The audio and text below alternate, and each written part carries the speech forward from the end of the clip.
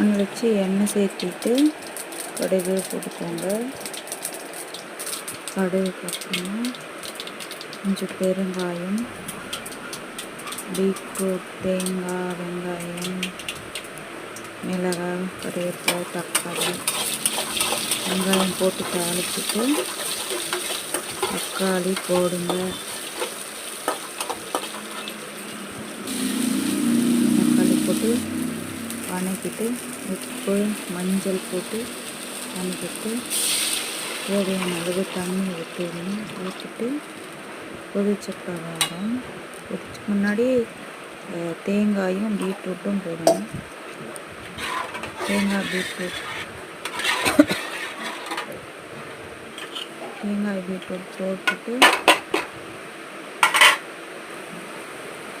கொதிச்சுட்டு சேமியா போடுங்க.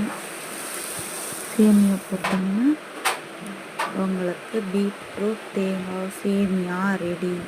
உங்கள் குழந்தைக்கு கொடுங்க, சாப்பிடுவாங்க நல்லா ஹாப்பியாக.